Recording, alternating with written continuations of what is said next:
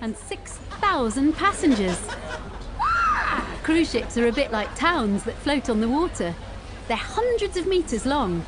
They have lots of different restaurants to eat in, swimming pools, cinemas, theatres, shops, and other places to relax and have fun.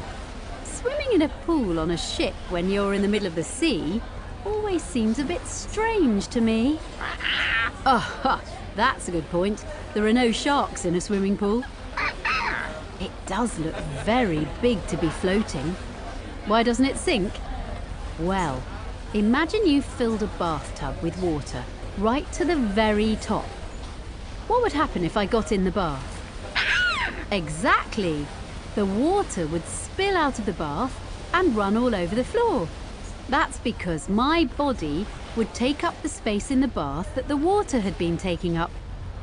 But how much water would spill out of the tub? The bath wouldn't empty completely. There would still be some water.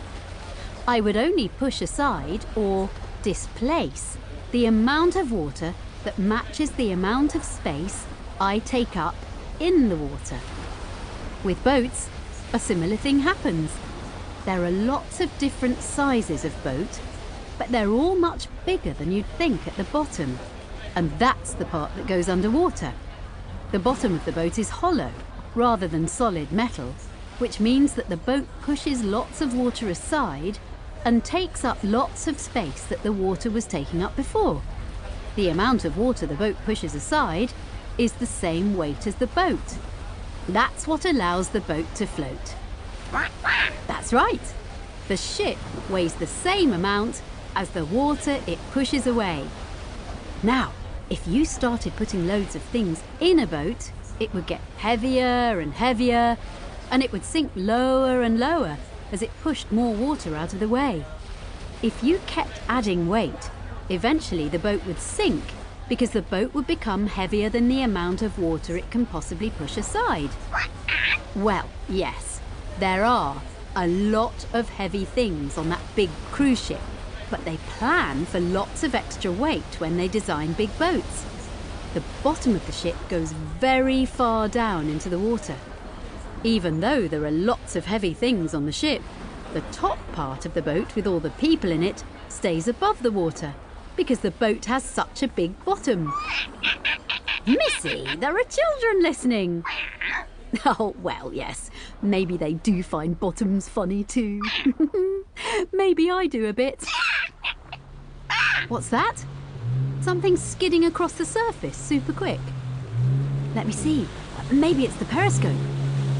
Oh, no, it's not. That's a water scooter. A water scooter is a little vehicle that moves really quickly across the water. You ride it like a motorbike.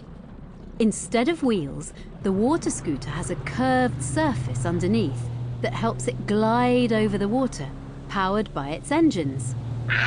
That one is probably moving at around 100 kilometers per hour. That's about the same speed as a cheetah when it's running as fast as it can. But that's not the fastest speed anyone's reached on water. Someone made a tiny homemade boat with a jet engine in Australia in the 1970s, which reached over 500 kilometers per hour. No one has made a boat faster than that yet. That's true. Some of my inventions have travelled faster than that on water, but no one else. That scooter's pretty nippy though.